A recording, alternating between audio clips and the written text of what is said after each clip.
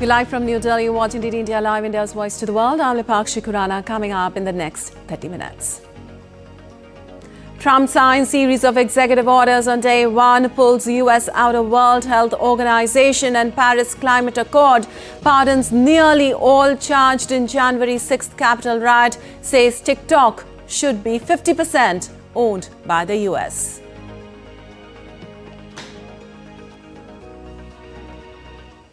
I think the U.S. should be entitled to get half of TikTok. And congratulations, TikTok has a good partner. And that would be worth, could be $500 billion or something. It's crazy. The numbers are crazy. Donald Trump is sworn in as 47th President of the United States, promises new golden age for the nation, signs executive order imposing national emergency at southern border and declaring energy emergency. Indian Prime Minister Narendra Modi leads the world leaders to offer congratulations to Donald Trump for the second term. Ukraine, Russia, hope of just peace. Israel says best yet to come. Israel's Prime Minister Benjamin Netanyahu vows Gaza would never again pose a threat to Israel. Tense calm prevails on the third day of a truce in the territory. World Economic Forum annual meeting begins in Davos. Ukraine-Russia conflict, Trump 2.0 and the rise of artificial intelligence in focus. India's Minister Ashwini Vaishnaw to attend the meet.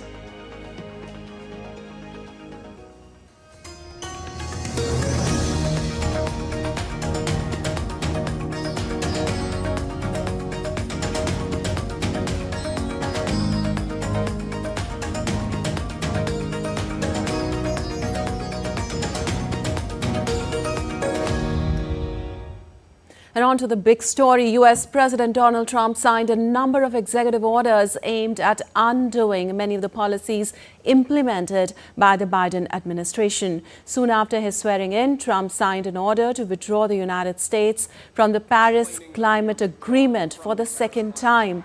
The US president followed this by signing a formal letter to the United Nations, notifying the global body of the country's intent to leave the landmark 2015 accord, which seeks to reduce the greenhouse gas emissions driving climate change.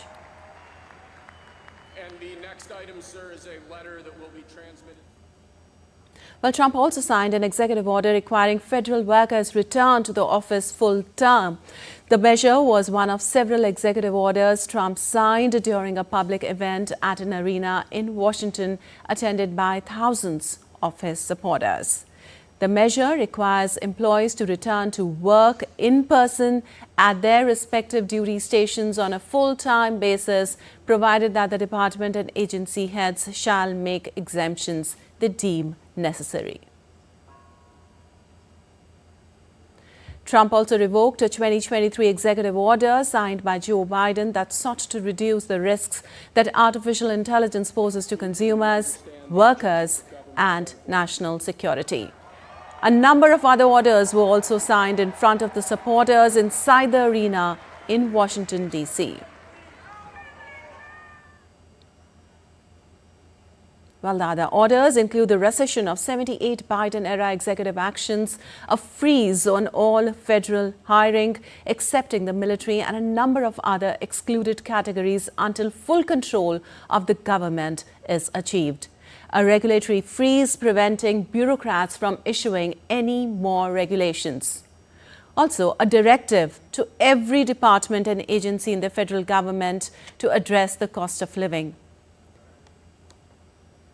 Also, a directive to the federal government ordering the restoration of freedom of speech and preventing government censorship of free speech. A directive to the federal government ending the weaponization of government against the political adversaries of the previous administration.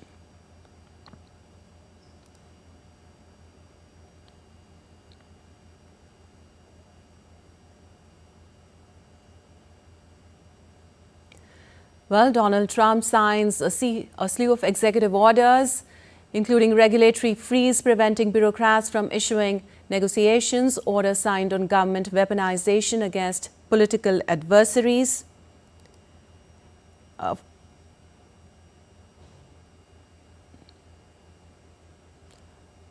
And for more on all this, we have Anil Thomas joining us. Well, Anil, Donald Trump signs first round of executive orders, including the rescission of 78 Biden-era executive actions, which effectively reverses many of the policies put in place by the previous administration. Give us an overall of the orders and their implication. Well, good morning, Lipakshi. Well, very much on the expected lines. There were expectations that he's going to do something on a similar line, and I think he's stuck to the guns, especially when it comes to walking the talk on all the heavy lifting that he's done in his election campaign and after his win. Remember, he's got a wafer-thin majority in both houses, but having said that, these particular executive orders that he's brought, it's a vindication of the man and the movement that he's continued for long. And I think this particular move that is done in the first day of presidency, the first orders that he signed, clearly indicates that more is to come. The next 4 years could be tumultuous, could be challenging, but it also could, the idea that he has behind all this is to make America proud, or America first once again. And I think the idea that the people have brought when it comes to bringing him to power is something that, he's now trying to fulfill. And I think it's a tough walk ahead, but I think at least the early steps that he's taken, he's clearly indicated that he has the mandate and he plans to do things, which are never imagined or which are never thought about, especially in America. Right. Anil, also only minutes after he took office, Trump also ended the Biden-era border app CBP-1 that basically helped the migrants gain legal entry at the US-Mexico border to tighten the border controls. This all despite a sharp decline in the migration over the last 6 months.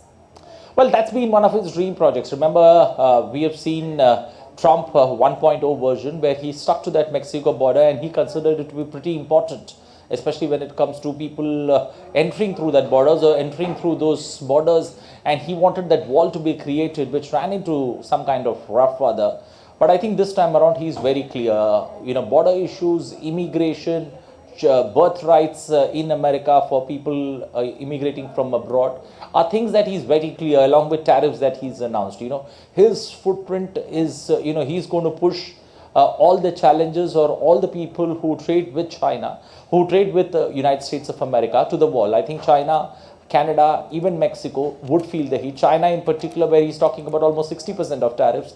And I think TikTok is just the beginning of, how he's arm twisted or he's managed to get them in the same line that he wants. In case they want to operate in America, they need to follow the line. I think that's where the push is going. It's a push as of now. Will it turn into a shove is something that we need to watch. But clearly the early steps that Trump has taken, Trump means business here. Trump knows that he's the leader of the world's largest democracy, and he has the power, especially when it comes to doing things his way. And I think he's going to push it the limit, especially this time around, because whatever unfulfilled business that he had in his first tenure, he's going to see to it that they are fulfilled in this particular Trump 2.0. Right, and then also much on the expected lines, Trump signed the promised executive action to delay TikTok ban for 75 days, the law which gives the president broad discretion on how to enforce the ban. Well, it was almost expected. First, what was, indicative was that maybe one of the tech giants in America would end up, or, the Chinese would have to let go of the ownership of TikTok, or the company that owns TikTok has to give up the ownership. It has to be passed on to the hands of an American tech developer or dealer. That was the first talk. But now I think there seems to be a thin line being taken. 50% of it, I think, China understands the pressures. There are alternative apps that have come that are almost on par with TikTok. But I think the immense potential and the immense following that TikTok has, Trump understands that. Trump doesn't want to let go of the opportunity. It's a great way to leverage things in his direction, and I think he's using it to the fullest. TikTok is just the beginning. There are many other issues, especially on the tariff front. 60% is what he's talking about. China could also come out with similar tariffs that could be imposed. It's tariffs upon tariffs. It's going to be a huge drawn battle that we're going to see. What's the middle part Trump takes, or Trump is going to stick to the ideas that he spoke, the ideas that he propagated to the people when he asked for votes. If he's going to stick to that, I think it's going to be a tough walk, as I mentioned. But I think the middle path, especially when it comes to TikTok, has been taken. So we would see similar kind of, I would say speed breakers that Trump would hit, and he would always fight an alternative route, considering that he's got the tech industry behind him. Remember his presidency and the oath-taking ceremony. You should see the who's who of the tech world was there in attendance, and I think Trump believes that they could be, one of those invisible supporters that Trump has, especially when it comes to handling these issues and handling or keeping China in check. All right, Anil, thank you so much for all those details. And leaders from around the world reacted to Donald Trump's return on Monday to the White House, offering congratulations and urging good relations with the mercurial leader. Here are some of the first reactions after Trump took the oath of office for the second term.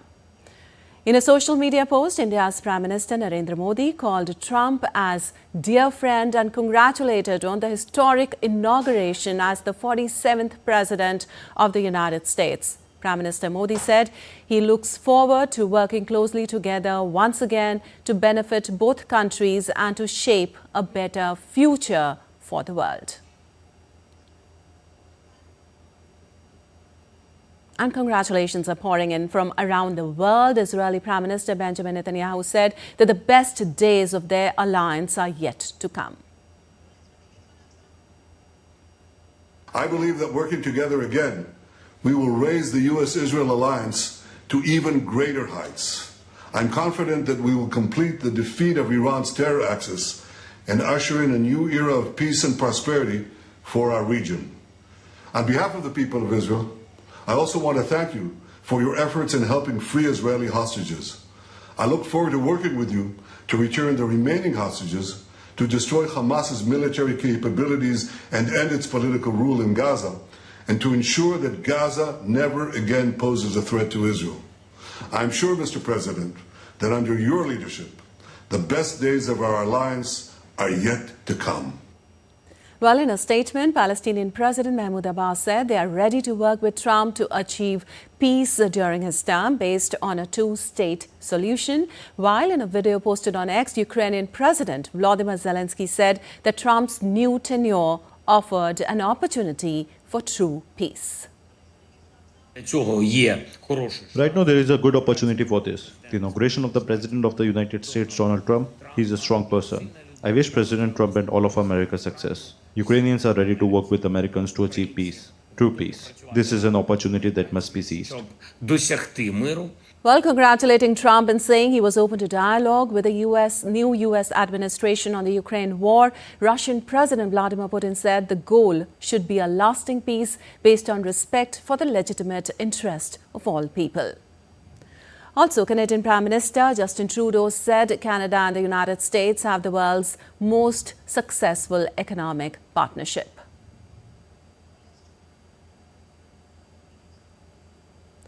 Also, Australian Prime Minister Anthony Albanese also took on X to congratulate Trump on his inauguration.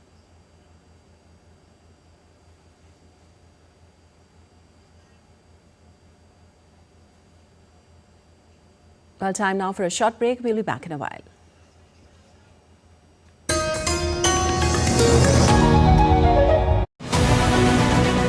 This week on Defense Dynamics, explore the Indian Army's game-changing all-terrain vehicles, including amphibious JSW, Gecko and Polaris ATVs. Also, what makes the Rafale marine fighter jets a transformative asset for the Indian Navy. Discover how INS Mumbai's participation in exercise La Perouse strengthens India's maritime strategy. Learn why Armenia's choice of India's Trajan artillery system signals a shift in defense partnerships. Watch Defense Dynamics at 8 p.m. IST, Wednesday, only on DD India.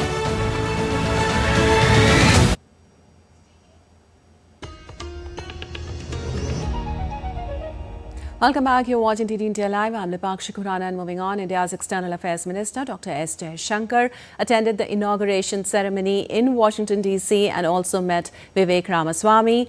Jaishankar held meetings with his counterparts from Australia and Japan. In a social media post, Minister Jaishankar expressed happiness over his meeting with Japanese Foreign Minister Takeshi Iwaya. The two leaders reviewed progress in bilateral cooperation and also discussed developments related to the Quad. The ministers expressed satisfaction at the level, range and pace of exchanges between the two countries. They agreed to maintain strategic communication through frequent dialogue, including strategic dialogue and the 2+2 dialogue of foreign and defense ministers. In this context, EAM extended an invitation to Foreign Minister Iwaya to visit India. In another post, Dr. Jaishankar said he enjoyed his discussion on the state of the world with Australian counterpart Penny Wong. Quad grouping comprises India, Australia, Japan and the United States. And moving on, the 2025 World Economic Forum annual meeting commenced on Monday in Davos, Switzerland, calling for global cooperation amid global uncertainty. During the 5-day-long meeting, around 3,000 leaders from over 130 countries will discuss innovative strategies to revitalize growth, harness transformative technologies, empower individuals and communities, and protect the planet and drive collaboration. Well, India is also sending its biggest ever contingent this time, comprising 5 union ministers, including IT Minister Ashwini Vaishnaw. He'll be holding a detailed discussion about inclusive growth, about the investment in social, physical and digital infrastructure and on democratizing technology. His visit highlights India's commitment to driving inclusive growth and transformative development as envisioned by India's Prime Minister Narendra Modi. And now news from the Maha, the largest religious congregation in the world.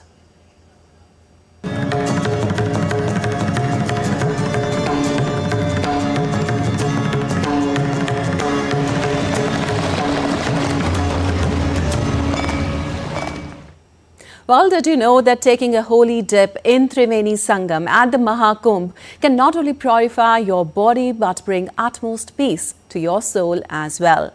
Well, the devotees from different countries are experiencing similar energy and are delighted to be a part of Maha Kumbh 2025. Deepika Mehto has more on this.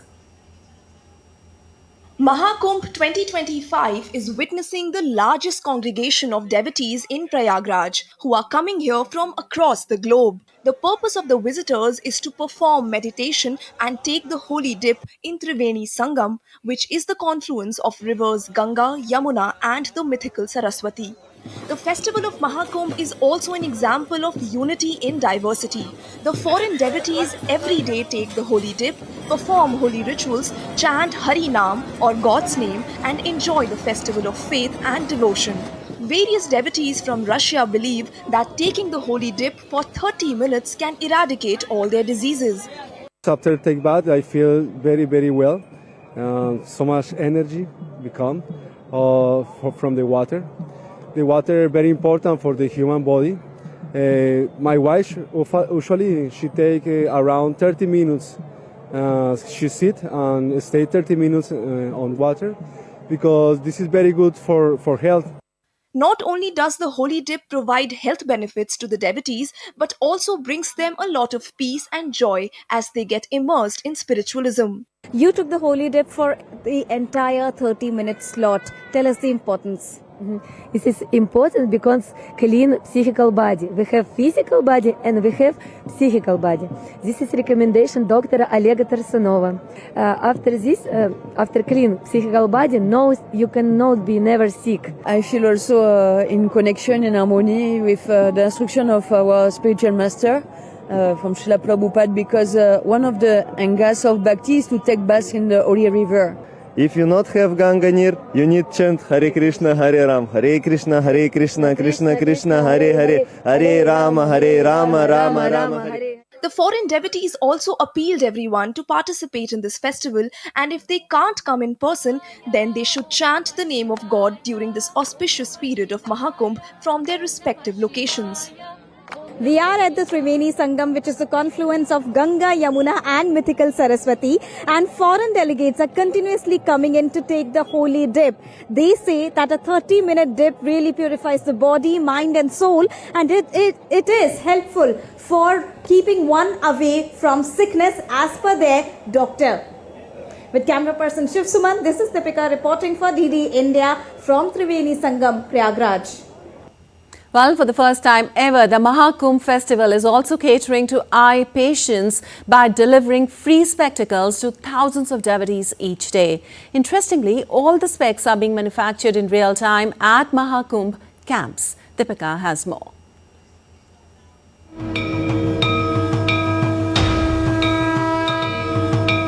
From the spectacular visuals of Triveni Sangam, now let's get you a story of spectacles.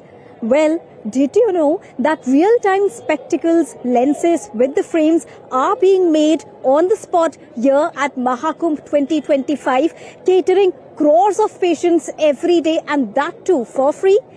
Let's take you through the story. The Maha Kumbh 2025 is setting a new record with the organization of Netra Maha Kumbh, or the Mega Eye Camp. Interestingly, the specs with lens and frames are getting made on spot and being delivered to thousands of devotees for free. Let's first take you to a tour of how the spectacles are being made at the Maha Kumbh camp. And now let's get you into the process of all these making of these spectacles. There you can see this is the lens fitting section, and to explain it more I have with me Girish. Girish, please explain us. It's all automated machines, and almost we are doing per day almost 2,000 spectacles. And they are being delivered to the patients directly to their home, or they come here and collect it? Delivered to in the counter only. On every counter there is a number, register number. So almost the 4,000 plus spectacles we are providing. We take the size and shape of the frame from this machine, and then a lens is being fed to the machine, and the machine will give the exact size and shape of the frame. According to the shape, we will remove the lens and then we will fix it. Many organizations have come together to make this initiative a grand success. Transep Vision is the organization behind the making of spectacles, including both the lens and the frames. We're creating about 15 to 2,000 specs every day and delivering it to the devotees as per their prescription on the ground. Maha Kumbh and the Netra Kumbh, the plan was to screen 5 lakh people and distribute glasses to minimum 3 lakh people. So accordingly, and in that 3 lakh people, generally, the people with ability to only not read, they are called readers, which are ready-made. We have planned to give at least 30 to 40% of them or 50% of them as ready, which could be dispensed in, say, less than 3 to 5 minutes. Netra Kumbh has made an attempt to give people power by power lens. With this unique initiative, Maha Kumbh is all set to create a new record and set a benchmark across the world where spirituality meets health at the biggest festival of faith and devotion. Maha Kumbh 2025, the confluence of Ganga, Yamuna and mythical Saraswati, also is offering an opportunity to the patients who wants to get their eyes treated. And the Netra Camp is providing that platform to crores of visitors every day, and that too for free. With camera person Shiv Suman, this is Deepika reporting for DD India from Maha Kumbh. All right, that's all for this edition of DD India Live, but let us know your thoughts on the news of the day. For those on the go, you can get all the latest news and updates from India and across the world on the DD India mobile app. The app is available on both Android and iOS platforms. Scan the QR code on the screen to download now. Well, we'll be back with more news as it breaks here on DD India. I'm Lipakshi Khurana from all of us here in Delhi. Thanks for watching DD India Live.